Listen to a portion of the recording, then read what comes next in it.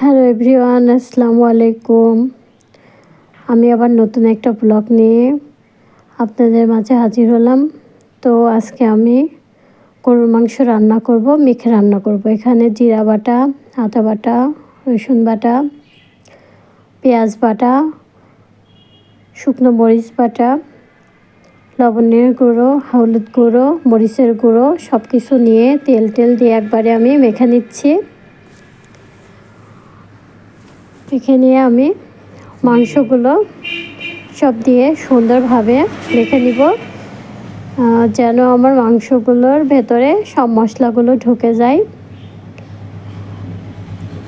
আর মাংসগুলো যেন খুব সুন্দর স্পাইসি হয়। তো এবার ভালো করে সব কিছু করে নিয়েছি। এবার আমি চুলাতে মাংস দিয়ে দেব। তো চুলা আমি অন করে দিয়ে এর মাঝে কাবাব চিনি, এলাচ, দারচিনি, গোলমরিচ, লবঙ্গ সব কিছু একে একে দিয়ে নিব। আমি মাংসটা নাড়াচাড়া করে দিব যেন আমার মশলাটা লেগে না যায়, আর লেগে গেলে একদম ভালো লাগে না খেতে, কেমন একটা গন্ধ হয়ে যায়। তো আমি একটু করে ঢেকে দিব আর আমি ঢাকনাটা উঠে আবার নাড়াচাড়া করে দিব। এর মাঝে একটা বড় সাইজের টমেটো দিলাম। টমেটোটা দিলে একটা অন্যরকম ভালো লাগে। তো এখানে আপনাদের ইচ্ছে না হলে আপনারা টমেটোটা স্কিপ করতে পারেন, অসুবিধা নেই।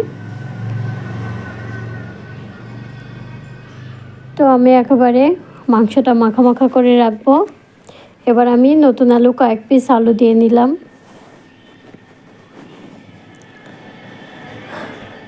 একটু একটু করে পানি দিব, ঢাকা দিব, আবার সুন্দর করে কষিয়ে নিয়ে এভাবে আমি নাড়াচাড়া করে দিব যেন আমার মশলাটা পুড়ে না যায়।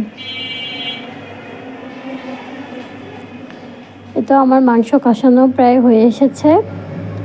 এবার আমি কয়েকটা কাঁচামরিচ দিয়ে নিব।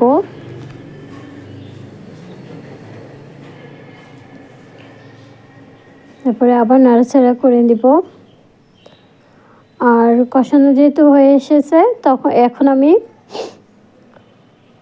আমার ঝোলের জন্য যতটুকু পানি লাগবে আর একটু সিদ্ধ হওয়ার জন্য আমি পর্যাপ্ত পরিমাণ পানি এখন মাংসের ভেতরে দিয়ে দিব।